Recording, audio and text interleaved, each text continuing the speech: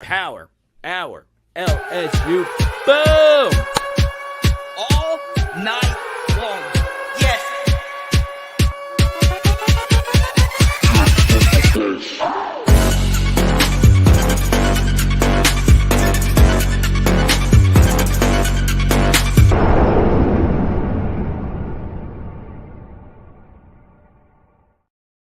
Let's freaking go. Texas A&M week. It's also Thanksgiving week. I am very thankful for Jaden Daniels, and we're going to talk a lot about him today. But the big story for me going into this week was, well, a week, brother. You get it? WHIT weeks, a week. All right. Either way, WHIT weeks. Brian Kelly says that he has had a gash on his foot, which is why they were being cautious with him and they did not play him versus Georgia State. So obviously, you take a look at the LSU linebacking group, or should I say duo. Whit Weeks plays the same position that Omar Spates and Greg Penn play. And after those two, there really hasn't been anybody playable behind those two outside of Whit Weeks. His brother West, I guess you could say, has been the top backup for those two inside linebacker positions, but he has barely played. So Whit Weeks has been the guy that has stepped in and played when he's healthy well for LSU. And Whit Weeks is available now for Texas A&M. Brian Kelly mentioned that he had stitches on his foot and they should be out and he should be available for Texas A&M. Now, Logan Diggs was kept out for the Georgia State game. He should be available versus Texas A&M for what Brian Kelly called an upper body injury. Obviously, this has been a very injury-plagued season for Logan up to this point, but he should be available for the final week of the year. And Andre Sam should be available. He left the game last week, and then he did not return, but he should be available for Texas A&M. So as far as an injury concern for LSU moving forward, LSU should be in a pretty good spot for Texas A&M, which is good news. Now, do we fully believe that Whit Weeks was hurt in these last couple of weeks? Well, if he did have a gash in his foot, then that obviously is something that would heavily impact your play, right? But when you see some of his teammates tweet out hashtag free 40, it's strange, right? It is very, very strange that happened. Now, one of those players was his brother. So obviously, you're going to stoop for your brother. It is a little weird, though, that they play the same position, right? But still, LSU's linebacking group has not been that great this year. It's been very inconsistent. Some of that is schemed. Some of that, of course, is LSU being in a position where up front they have had Mekhi Wingo out, and that, of course, makes life that much more difficult for the linebackers playing behind him. But when Whit Weeks played, he was about at the same level as the current LSU starters, and it does make you ask this question, well, why hasn't he been playing? But Brian Kelly does say it was because of injury. So I'll take him for his word unless someone figures out something else. It is a very bizarre situation. It really is. Now, to follow up here, all right, I truly do believe Jaden Daniels and the narrative surrounding him winning the Heisman Trophy has changed, okay? I think for me, Jaden has to go off versus Texas A&M. I have said this before. I've said this on every other show that I've been on. I've said this on all the live streams that we do here, okay? The single most important thing for your college football legacy is oftentimes your final act, right? What you do at the very end of your career oftentimes paints your picture of who you are as a college football player and how your legacy is viewed by LSU fans and the national media. I cannot state enough how long of a time it is from Jaden Daniels' final game versus Texas A&M until the actual Heisman Trophy ceremony will happen, right? The buzz could wear off here with Jaden Daniels, with some of the other Heisman Trophy candidates being available and playing in the conference championship weekend. Now, on a somewhat cruel note, one of the Heisman contenders, a little bit more of a long shot, Jordan Travis, is hurt. Unfortunately, a very nasty injury. I hope he gets better. So, obviously, at this point, the two quarterbacks that Jaden has to worry the most about is Michael Penix and Bo Nix. Bo Nix has not one, but two more very difficult games on his schedule, on his slate. I think Bo Nix is a very good quarterback. And obviously, yesterday, there was a lot of hot taking going on with some Oregon journalists saying, well, Jaden Daniels would hold a clipboard if he was at Washington or Oregon, which obviously is wrong. But we're in this spot now where Bo Nix does have some high-profile games left on the schedule, and he very well could light it up and win this award. It is interesting, though, that the betting odds yesterday have moved Jaden Daniels to a favorite, right? He was plus money before yesterday. Now he is in the minus, which means he is favored in theory, right, to actually win this Heisman Trophy candidate. So it should be very interesting to see how these final 2 weeks play themselves out. Now, we move our focus to Texas A&M. Will Jaden Daniels light up this Texas A&M defense? Brian Kelly mentioned in the press conference that the Texas A&M defense is the best defense that we will play this season.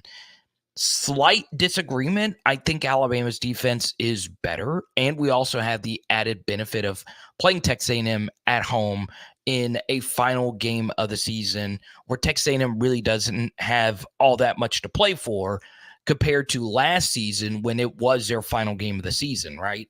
Obviously, different circumstances. This game obviously does not hold the same magnitude or interest as last year's game did, but that's okay, right? In terms of the college football playoff.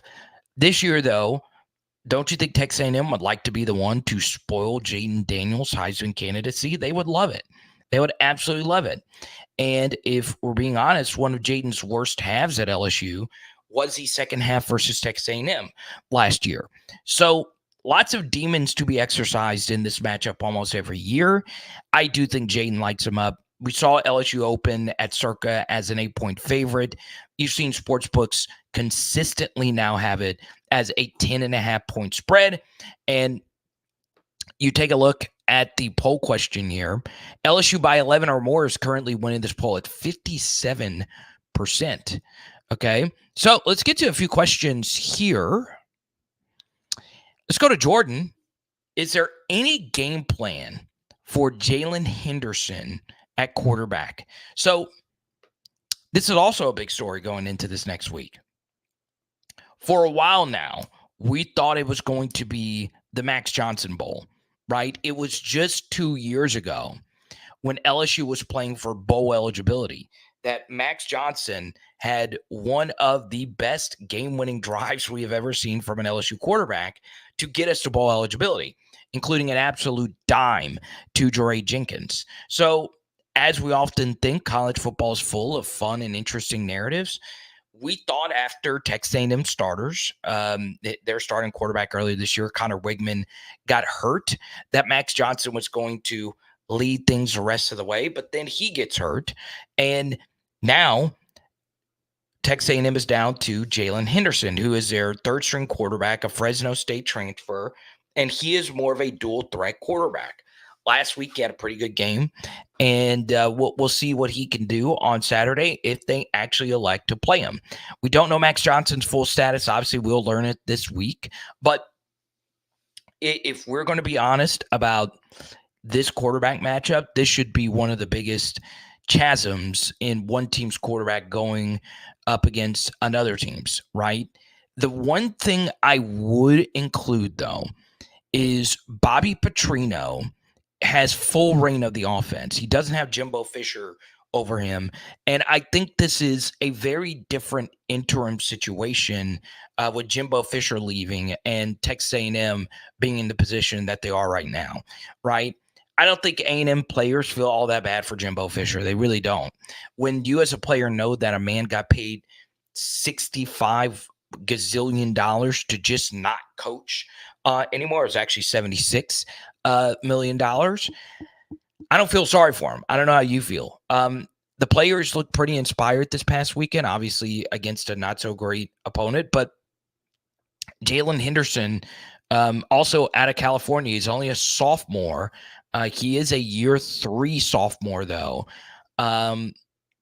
410 yards, 4 touchdowns, 1 pick, and a ton of rushing yards. Okay, a ton. So far this year for Texas A&M, he has 94 on 25 carries. So not a gazillion, but obviously compared to the other 2 quarterbacks, he has some true dual threat ability.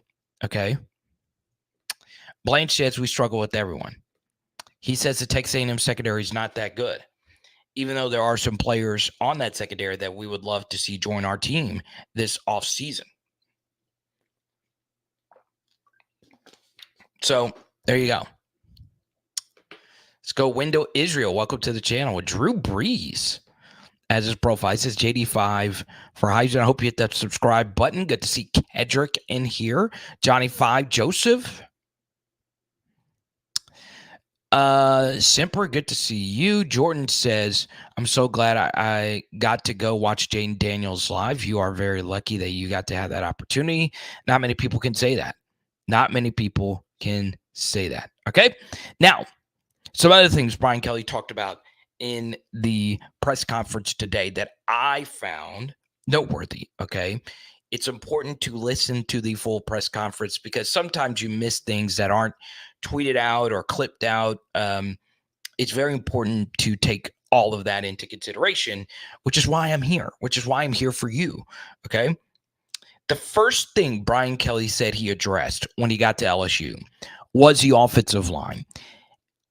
They pitched a near shutout versus Georgia State. Now, were there some mistakes mixed in there? Yes, but they were so freaking good. Now, once again, it is a lot easier to block for Jaden Daniels than other quarterbacks. So their job will become tougher next season when Garrett Nussmeier is a quarterback just because of the play style, right? But this LSU offensive line has been fantastic, and I can make a case this is the best LSU offensive line we've seen. They are really, really freaking good. So give Will Campbell, Garrett Dellinger, Charles Turner, Miles Frazier, and Emory Jones a lot of credit. There really haven't been a whole lot of games where, outside of Alabama, where you could say this guy really had it tough. This guy really had it tough. This guy really had it tough. They have been really good. They have been really, really, really good. And it should be interesting considering Miles Frazier and Charles Turner still have eligibility left, right? So those guys could make a next level jump if they choose to do so. I think Garrett Dellinger could do the same if he wanted to. But I think at this point, all of them will be back. Well, not all of them. Most of them will be back. It does feel good that Will Campbell and Emory Jones are locked in for another season. Let's go to Blanche with our first super chat. Do you think Wingo will come back next year? It's a very good question. And that was actually going to be the next topic that we got to. Brian Kelly was asked about the possible returnee situation. And the first thing, and this is very clear, and I want this to be known, that the senior day ceremony that will happen on Saturday, which is an 11 a.m. kick, as those players run out to the field for one final time, it is important to note the following, okay? just because you run out on senior day does not mean your career at LSU is over. Okay. It does not mean that at all. Okay. So you're going to see a lot of players run out on senior day. Brian Kelly made an important clarification, and this is how it's like at quite a few different places for senior day. They base it off your academic calendar. Okay. So if Malik Neighbors or someone like that runs out on senior day, well, it's pretty clear they're trying to honor him before he makes a big decision before going to the NFL. But especially because of the COVID year, Josh Williams can come back next year. Okay. Josh Williams would be a welcomed addition for next year's team because he's obviously a very good football player. And I would love Josh Williams to come back for one final season. He is a 2019 recruit. So on 2019 LSU, he was a scout team guy. 2020, then in 2021, he was seldomly used. And then it really was the Brian Kelly era LSU Tigers where Josh Williams has become a star, right? A media representative for us at SEC Media Days, right? He is a really good football player. Mekhi Wingo is kind of in the same spot, right? Mekhi Wingo, not as old, of course, as Josh Williams. He is in a position now where last year, Mekhi Wingo was the best defensive lineman that we had. Then this year, he began the season playing at a pretty high level. Then he gets hurt, okay? And then he elects to have surgery, and he should be fully healthy by this time next year. Even he tweeted out earlier this year, if LSU were to be in the playoff, he would be available, or he would try to be available. So I'll let you know that he is healthy by spring, maybe next fall. Obviously, if LSU had spring football, he probably wouldn't partake, and they would just wait to get him out there in the fall. But if you're Mekhi Wingo, you have to weigh the following, right? You have played a lot of snaps at LSU. You've played a lot of college football snaps in your 3 seasons as a college football player. Do you want to play another season of college football before going into the NFL? Maybe he does, maybe he doesn't. But at this point, he is not a high NFL draft pick. So if he comes back, we'll see if LSU would have him back, which they would, right? But what would the rest of the defensive tackle room look like if he decided to come back? Well, Guillory is probably coming back. Mason Smith at this point, could he be drafted on 5-star potential and a somewhat early breakout age as a true freshman here? Maybe he can. Maybe he tries his best at getting to the NFL at the next level. But I truly do think him coming back would be a good thing. I think this entire defensive tackle room should come back. I'm not sure if any of them really have that much NFL draft love at this point. Also, Brian Kelly was specifically asked about the defensive tackle room as a whole, and he is very clear on wanting to rebuild that room. But he also said he feels pretty good about his edge players moving forward. So very interesting stuff. And I would like to see where this LSU defense elects to go with their defensive coordinator next year. I thought it was fascinating that there weren't any Matt House questions.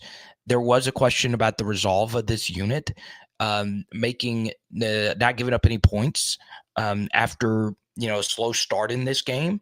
So yeah, it should be for LSU when they're rebuilding this defense.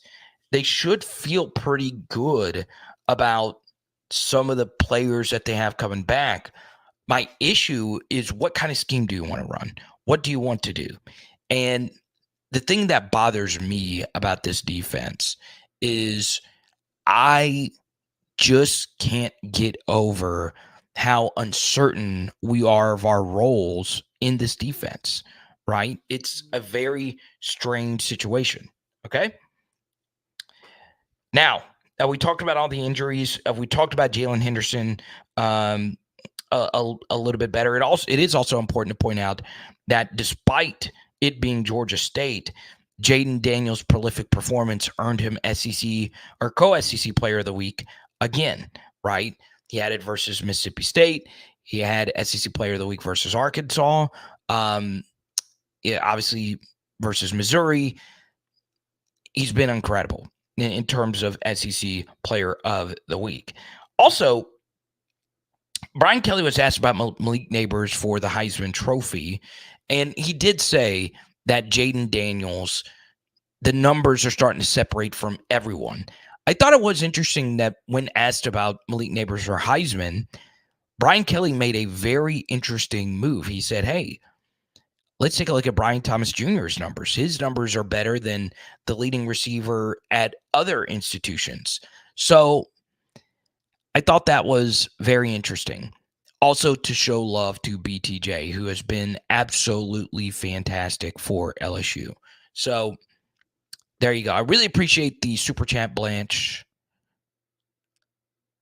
And here we go. How will Jimbo survive on $26,000 a day? What's up, George? Good to see you. Say hi to Michael, Matt. Coach, what's good? He says, I think Max Johnson is scared to play LSU. I'm joking because he hasn't played against LSU. Yeah, he hadn't played against LSU. So there you go. Connor Wigman is out, though. He's been out for a while. And he, of course, is Texas A&M's best quarterback. Posted Madden says, I think the good side of the LSU defense will come out for this game. Let's go to Roger Dodger. He says, JD5 playing in a blowout to run up numbers for the Heisman was hilarious. Okay. There has been a lot of discourse over this. Jaden Daniels running up the statistics for the Heisman Trophy versus Georgia State when the other quarterbacks also had some stat patterns versus their non-Power 5 teams. Whatever argument people make against Jaden Daniels for Heisman is not a good one, okay? There really is only one argument you could make against Jaden Daniels for Heisman, but it's something that you could apply to Bo Nix and Michael Penix, okay? But I don't want to go down that route at this point. If you super chat, we will, okay? Because I've discussed this at length over the past couple of weeks. But the truth still remains the same. Any metric you look at shows you that this Heisman Trophy race is not close. Touchdowns, check. QBR, check. EPA per play, check. Yards per attempt, check. Average yards per play, check. All time. I want to include this yet again. Expected points added is the most well-respected stat in the football analytics community. There is a difference between EPA and EPA per play. Jaden Daniels, when it comes to single season EPA, all right, is a top 6 quarterback of the modern era. Let me repeat, top 6, and that is a totals number. That is not a rate number, okay? That is hard. It is so hard to have a total EPA of 118.4 at this point in the season with 2 games left to play for LSU. That is astonishing, right? There is a piece of me that wants Jaden to play in the bowl game to where he can stack on an argument for being the best single season quarterback ever. The only guy when it comes to pure numbers that compares to Jaden Daniels is Joe Burrow. Now, I've said it plenty of times. It will be nearly impossible for Jaden's legacy to, compare to Joe Burrow's legacy because Joe did not have a bad game. He hardly had bad halves. Jaden has had few of those this season, and they were very early in the season. But when you just look at the numbers, only Joe Burrow compares. Only Joe Burrow. The only two quarterbacks to average over 400 yards per game, Jaden Daniels and Joe Burrow. Okay. Now, that will need to continue versus Texas A&M. This final game is so important for Jaden Daniels' legacy because you take a look at the timeline of this narrative, it really start to pick up for the Florida game, right? Jaden Daniels suffers, the concussion, and he's cleared for the Florida game, and then he has this superhuman Florida game. And then this next week, or the week after the Florida game, was when all the national personalities were saying, well, Jaden for Heisman, Jaden for Heisman, Jaden for Heisman. And then it started getting to Pac-12 Twitter, and then we had this whole debate, and then the national talking heads had their debate, and now we get to this Georgia State game, which a lot of casual viewers helicoptered in and never watched Jaden Daniels, and now they're saying, well, that was Georgia State. So all eyes are going to be on Jaden Daniels this Saturday, okay?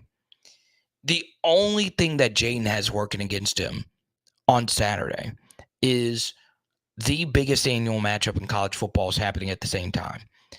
Michigan and Ohio State, okay? Not my favorite rivalry, but it's going to probably shatter some records. That game will be happening simultaneous. It happens, but if Jaden puts out the performance that we know he can, it should catapult him to the Heisman Trophy, okay? Now, the one thing you should be cheering for Jaden to win the Heisman, I don't think Michael Penix can get there.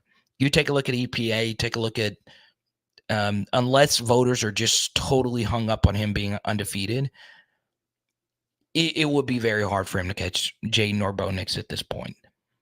You are heavily cheering for Oregon State this weekend in the Civil War, right? Oregon and Oregon State played last year in this game. Omar Speights played in the game. Well, we'll see. We'll see how it goes. Carvis, you did not miss anything other than, actually you missed a lot. This has been a fun live stream up to this point. Let's see. Kendall, welcome to the channel. At this point, JD5 shouldn't have competition in the Heisman race. These national reporters are biased for whatever reason. The numbers don't lie. I'll say this, Kendall, about the national reporters, and we hope you hit the subscribe button and ring the bell, man. And don't forget, we post these live streams on Spotify and iTunes. If that's your jam, please go subscribe, rate, review, 5-star reviews, all that stuff. But I prefer you guys to be on YouTube. I really don't think the national reporters have a bias against Jaden Daniels. They have a bias against flawed logic. All right. Now I'm about to say something that is very controversial, and I waited to do it at this 30-minute mark. Okay. I'm about to say, I'm telling you, the most controversial thing that I know some of you will strongly disagree with, and that's coming up right after this. PHL Nation. Oh, yeah, baby. You know about Louisiana Controls. They've been showing us love throughout this college football season, and I'm looking for you to do the same when it comes to your energy management commercial HVAC needs. It is all with our buddies who have been doing this for over 40 years. Yes, that is 4 decades. You know this Louisiana weather gets crazy. Go to LouisianaControls.com or call 225-924-4990, baby. Let's go. Winning is so overrated. It is overrated. We associate everything to wins and losses in sports. And in particular, you should not factor winning in when it comes to an individual player's success. You shouldn't do it. For some reason, we do it with the quarterback position in football, which is silly. Okay. Now, I am open to hearing more conversations about basketball players and their effects on winning and losing, because there's only 5 on the court and you got to play both ends of the floor.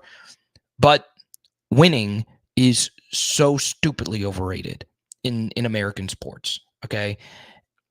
Sure. I want my team to win. I would prefer an LSU national championship over a Jaden Daniels Heisman. I think every single one of you would agree with that. But there are so many different factors that go into winning. Okay. So many different factors. All right. To the point where saying one individual player is solely responsible for wins and losses is stupid. It is absolutely stupid. Okay. And the reason why wins and losses are such a lazy argument is if you cared about the sport and you actually watched the sport, you could see that that is the absolute truth, right? Because if you were at the LSU Ole Miss game, like Robert Griffin III was, you would have seen that LSU missed 30 plus tackles. And this goes for a lot of different things, right? Kobe Bryant, game 7 versus the Boston Celtics, went 6 for 24. Was he the main reason the Lakers won the championship? Yeah, he was. But he needed a team, right? He needed Pau Gasol, he needed Ron Artest, he needed Lamar Odom to have great games in. Tom Brady is the best quarterback of all time, right? Because he's won the most Super Bowls. But did you know his best performance in a Super Bowl was a game that he lost versus the Philadelphia Eagles, right? His individual greatness in that Super Bowl game was incredible. He threw for 500 freaking yards in that game. Defense couldn't stop Nick Foles. And much of Brady's Super Bowls that he won, guess what? It was because his defense was incredible. He won a Super Bowl 13-3. Okay? Stop it. Wins and losses, overrated when it comes to an individual player success. Is it part of the equation? Yes, especially in the long term. Okay? But so much is driven by how many championships did you win and so on and so on. It's stupid. It's a lazy argument, and it requires far more nuanced discussions than if this guy won or lost. And I'll also say this before we get to this next super chat. Okay. I will say this, and I had a very long conversation with a diehard PHLer yesterday, Van, about this. And this has been one of the most viral tweets that we have had this year. If you don't follow me on Twitter at Power Hour LSU and my personal account at Carter the Power, what are you doing with your life? What are you doing? Go follow it now. If Chris Hilton catches that Hail Mary pass that hit him square in the hands, okay, yes, he was interfered with, but you got to catch that. Okay, with the game on the line, we need you to catch that. If he catches that pass, I mean, that is one of the most legendary plays we have ever seen. Like, that would have been one of the most dramatic, not quite bluegrass miracle, like stupendous, but it still would have been near that level of insanity. This Heisman race wouldn't be close if Chris Hilton caught that pass, because that play would have been echoed in eternity. How many times that it probably would have been, that the clip of that play probably would have been viewed 50 million times. It's crazy, absolutely crazy, right? So Jaden Daniels individually deserves to win an individual award. Wins and losses don't mean crap. They don't. Now, one final thing, because I don't want this message to get chopped and screwed into something else. Individual success is not important over winning. Okay? I think that's part of why our defense has struggled, because we haven't bought in to the idea that you making an individual play isn't as important as you running the play or you doing your job on the play. But that's why it requires a lot of nuance. And I just hit my hand pretty hard. Let's go to Blanche. Is Denver and Deuce gone? Trey Bradford has been disappointing. I still have no idea where Trey Bradford's been. I'm not even seeing him dressed out. I haven't. So there you go. Has he been dressed out? Maybe one of you can illuminate me. If you guys on Saturday be looking for Trey Bradford on the sideline, that has probably been one of the most bizarre situations we've ever seen. Okay. Is Denver and Deuce gone? Okay. Without knowing all the details here, I am to a certain extent a little bit more sympathetic to Deuce Chestnut for this reason. When he was suspended or taken out of the game or taken off the team, whatever, inactive, that was a one-time thing, right? It seems like there was one big thing that happened or maybe a few big things and he was just gone. Denver Harris, it has been one of the most destructive players to ever play at LSU. I know that sounds harsh, but you are given a golden opportunity. You have so much talent in the world, and you have been in and out of the lineup. He was, healthy scratch for Florida State, back in the lineup. Then he struggled, then healthy scratch again, back, then healthy scratch again. Okay. And when he played, he was bad, as was Deuce Chestnut. He just wasn't good. I don't mind players struggling. I really don't. College football is hard, but I feel it is the job of people, and you can do whatever you want on any channel that you might have. Black OT, thank you for the super chat. We'll get to that in just a second, but let me finish this one thought. I feel like when players aren't doing the right thing, okay, we don't know the full story. They deserve to have their chance to defend themselves. And guess what? If they're watching this channel, I always have an open door policy for any current or former player to jump on the channel. Okay. Or message me, to tell me whatever. I'm always open for new information.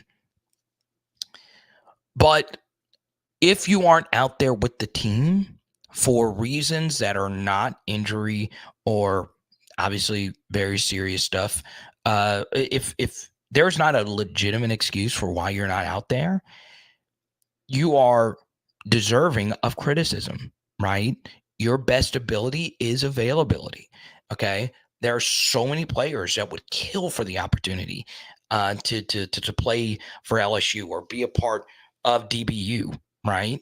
And those guys just wasted this opportunity. I don't mind struggling. I don't. Like, I've gotten a few messages regarding Ashton Stamp's performance this past weekend. It didn't really shock me that he struggled. It shouldn't shock anyone that a true freshman struggles. But he did. But the bottom line is he played hard and he's there. Okay. He shouldn't be playing, but other guys have not done their jobs and done what is needed and held the standard for being an LSU defensive back. It should be the ultimate honor to be an LSU defensive back. But at this point, our cornerback room has turned very rancid and it's not good. I mean, we had the best reputation in the country for corners, and this is tough to watch. It's tough to witness. Okay. Let's go to Black OT. If LSU is winning by 21 or more points with less than a minute left in the game, put JD5 in at safety for one play just to spite the silly wins and losses debate. Let's go. Let's be honest. Okay. Let's be honest. What I would do, okay. Now, it would be hard for us to do this because we would need a stop, but let Jaden return a punt. Put Jaden back there, punt returner. It's what got Charles Woodson a Heisman Trophy. Let Jaden return punts. Kidding, but being serious at the same time. I don't know. I don't know what they're going to do as far as like Jaden's Heisman candidacy. The one thing I would have done, all right, versus Georgia State, and they probably would have seen it coming from a mile away. One thing I would have done, all right, and it would have helped both Jaden and Malik, is I would have run the Philly special. Okay. We did it versus Purdue, and Malik Neighbors had the throwing pass touchdown to Jaden Daniels. That would have helped out both their Biletnikoff and Heisman candidacy because, well, it just looks cool. It gets clipped and shared throughout. We should run the Philly special versus Texas A&M, right? Because that will generate headlines. I'll be like, oh, Malik can throw for touchdowns, or Jaden can catch them. We even talked about the Tom Brady Eagles Super Bowl where the Philly special came to be. But yeah, I mean, Jaden Daniels, what a freaking career. Let's do it. Yeah, Skipper was the one that called it. He said Skipper was not only right about that, he was right about Omar Spates. It's been a tough go. Good to see you, Skip.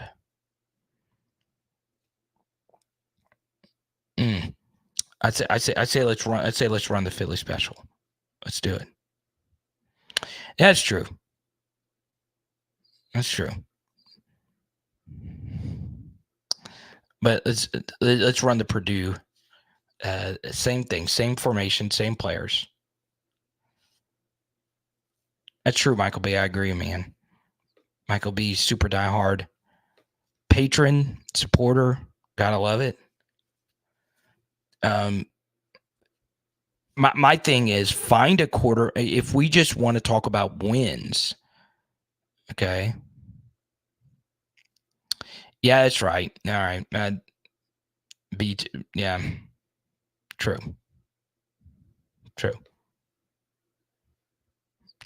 But let's run it with let's run it.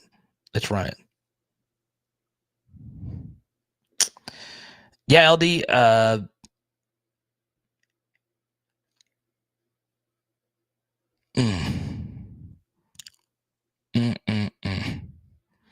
Run it.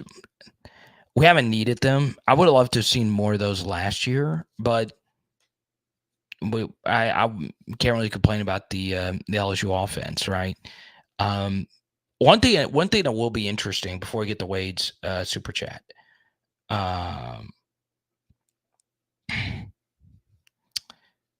Next year, we are going to need to run the football a lot more than what we are now. I mean, Jaden's playing so well and nobody can stop him that you don't really even need a running game because he kind of is your running game. So let's go to Wade, man. Appreciate you, Wade. Yeah, I totally drew a blank on the Philly special Fumbarooski from trick play from this past weekend. That's on me. But let's see us do it again. Let's go to Wade. What if LSU knocked out Milroe in the game and LSU won? What would Saban Ball of Hate be saying today? LSU D is missing aggressive play. I agree with this. I do. It is also interesting, Wade, that your profile photo here, we have not worn this jersey combination in forever. The gold helmet, purple jersey, gold bottom. Let me know what you guys think. Do you like this combo right here better than the white helmet, purple top, white bottom? I love the white helmet, purple top, white bottom way better than the gold helmet, purple top, gold bottom. Okay.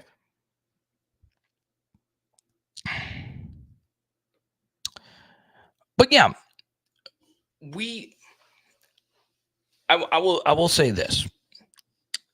While I was cutting the film study yesterday, what really shocked me was how little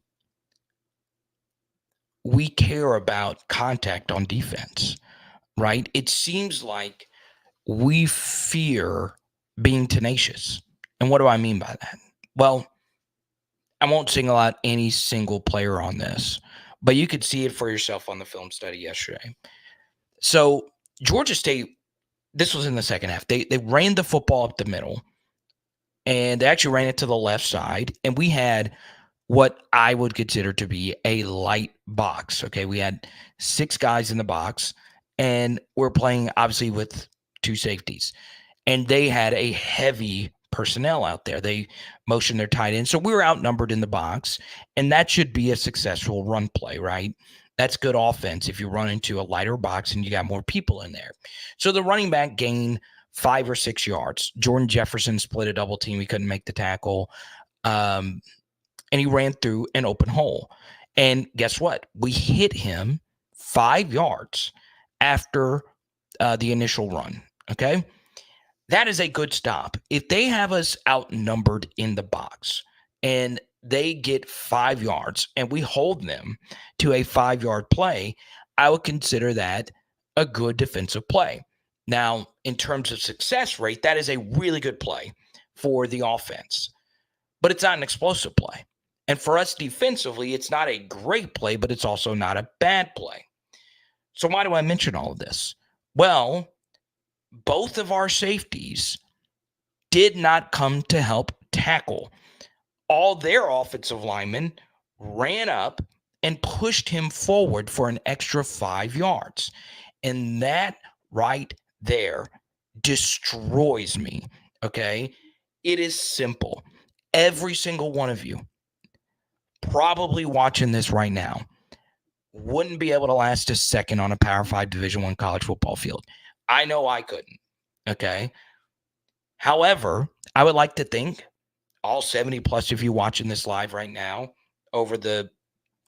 in all the hundreds of thousands and millions of views we've had on this channel, whoever you may be that's watched this channel, I would like to think that you guys would play hard and you would know if a ball carrier was pushing a pile forward, your first instinct should be to get in the pile and prevent him from being pushed forward. But that's not what happened. They kept pushing our pile forward. And to go along with Wade's super chat here, we're missing some of that. Now, I'm not saying that you should go headshot QBs and play out of control, but most championship teams have guys that you fear. As much as I don't like Dallas Turner, it's effective. You have to account for him. You know he can knock your quarterback out. That would strike fear into me as an offensive coordinator. Who on our defense does any offense fear?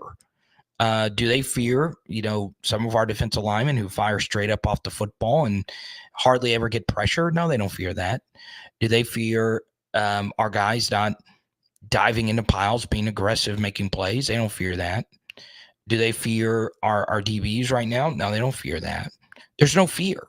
And they sure as heck don't fear any game plan that Matt House has at his disposal at this point. Okay? There's one player that offense is fear, and that's Harold Perkins. And we still haven't figured out the absolute best way to use him. Now, we've gotten more comfortable and we've gotten a better idea how to use him, but the one guy that we fear had a really good pass rush versus Georgia State early in the drive on a 3rd and long. Forced the quarterback to scramble forward for only 5 or 6 yards. And because of the pressure that Harold Perkins had on that play, there was an open receiver that probably would have gotten a first down, but the quarterback had to tuck and run it. Then on the next play, they convert a 4th down that we didn't even have Harold Perkins rushing the passer on. Okay? That is the bottom line. We haven't used our best player correctly. And if you can't figure out how to use them, then get someone in who knows how to use them. Okay?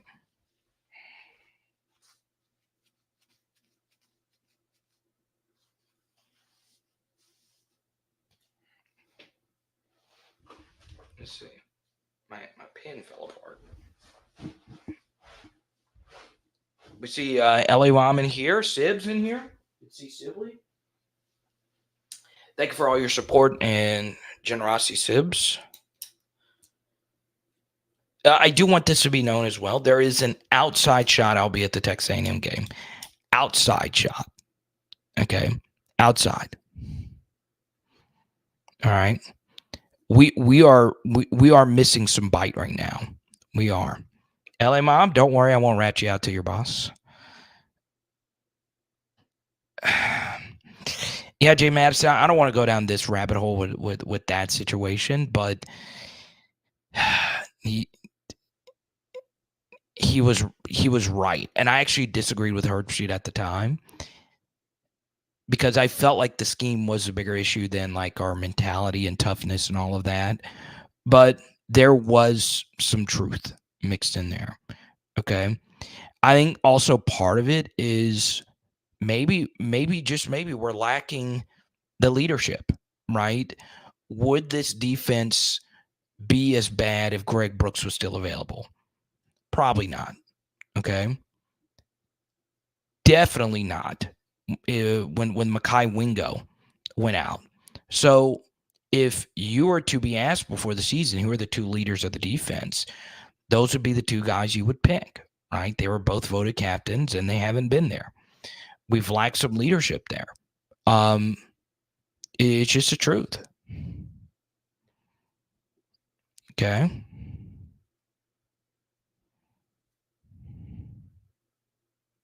Let's go to Cliff. Yeah. I mean, we're lacking some of that.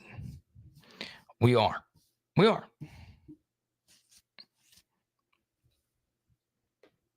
Now, here's what we're going to do.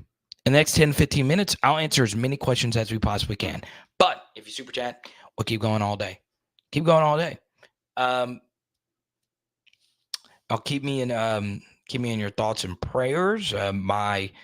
Someone pretty close to my family had a pretty big surgery this morning, so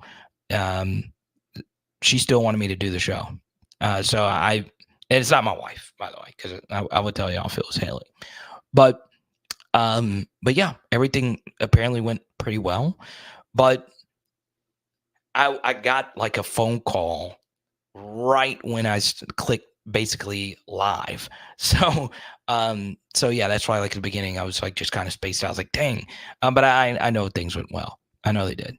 Okay. Yeah, Chance, you do begin to wonder if it is like a deeper thing. Is it something else? I don't know. What I will tell you though. Okay.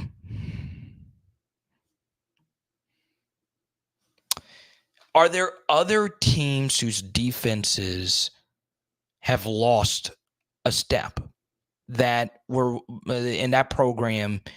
Like, have there been other great defensive programs that have lost a step per se? I think there have been. Like, for instance,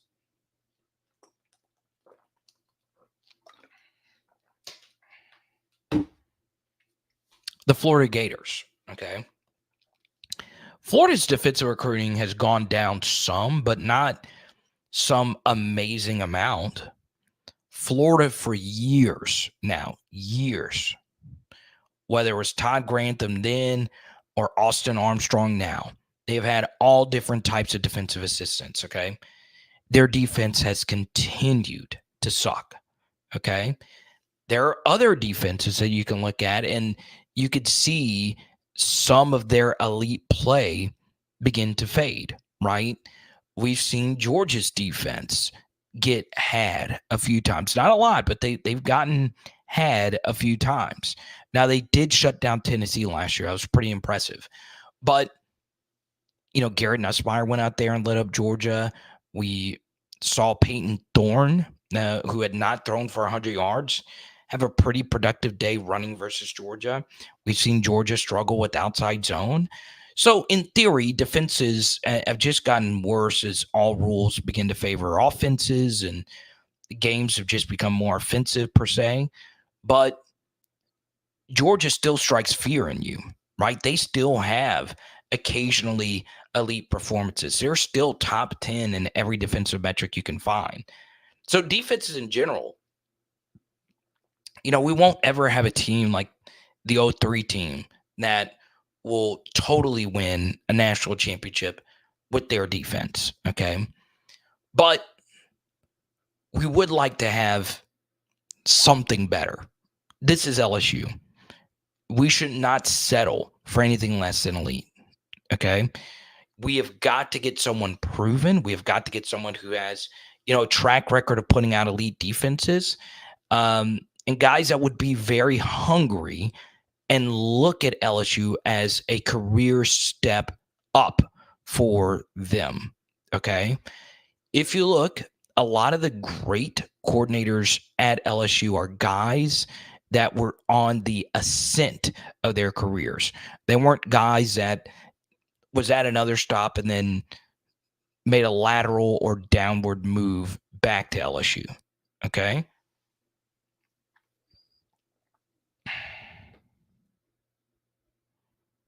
Let's go to Shane here. Shane, welcome to the channel. Oh, look at that. He has a photo there with who is that? Oh, that's Earl the Pearl Monroe right there. That's good stuff. What a wasted season to have a Heisman hope for a winner and finish with 3 losses because our defense had no pride. Everyone needs to go involved in creating this defensive culture. I think they have pride. I don't think that all the players are playing for themselves. I don't think that. But I can tell you there are some selfish players, okay? And that has got to stop. That has just got to stop. Okay? So there you go. Now, once again, if you're just joining us, the big story here for me, obviously the big overarching story is Jaden Daniels and Malik Neighbors. But the most curious story was WHIT Weeks. Brian Kelly did confirm that he had a gash on his foot, and the stitches are out, and he should be available for Texas A&M. So, you know, I've heard all kinds of rumors, and look, you guys send them to me. I always like hearing crazy rumors, okay? I get phone calls all the time, all right? I've Tiger droppings, whatever. I like hearing all of it. I do. But be careful what you hear. Always be careful what you hear.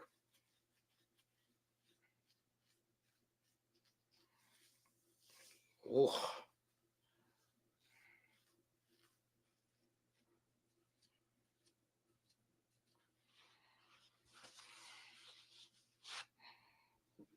Let's see.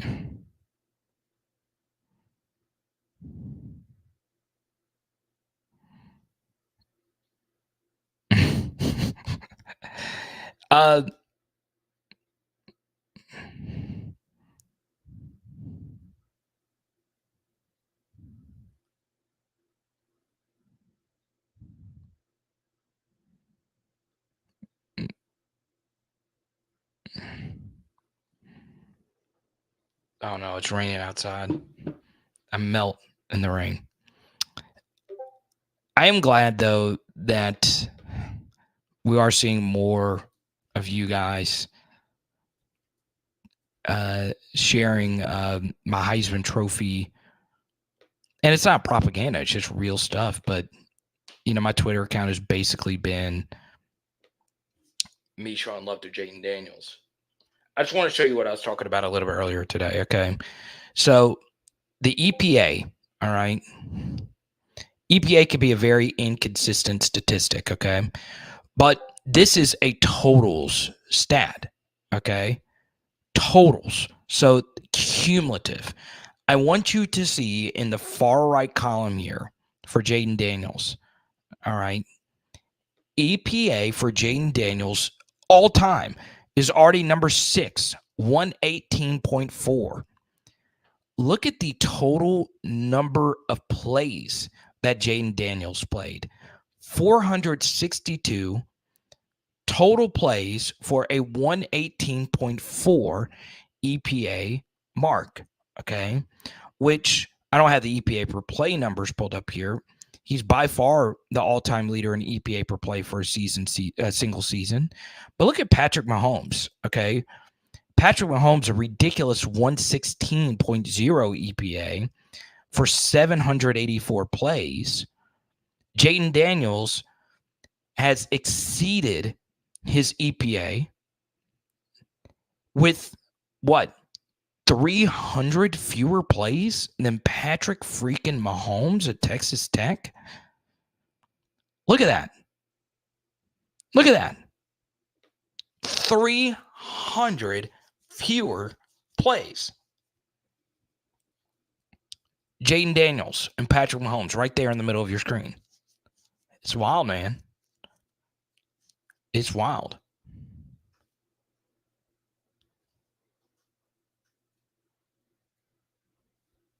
More than Baker Mayfield? It's unreal.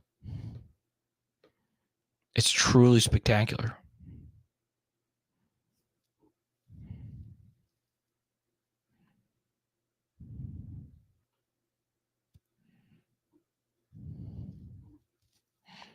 Jay Madison's already talking about USC next year. I'm not ready to have the USC conversation for next year.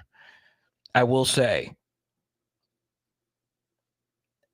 that'll be a battle of coaches under very immense pressure.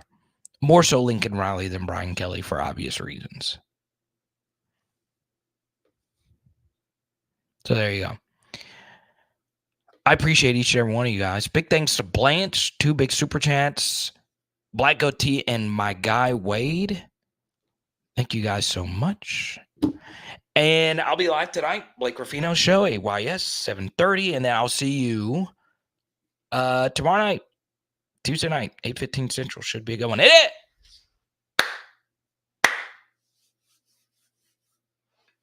Power Hour, LSU, boom! I'm kidding, Shane. I know that was Magic Johnson. I was trying to think of some random guard. I was like, Earl of Pearl Monroe.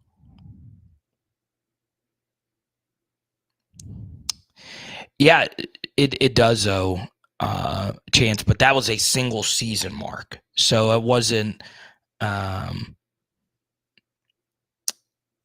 yeah. But, yeah, we'll talk to you soon. And tonight we're doing Detroit-style pizza. Let's go.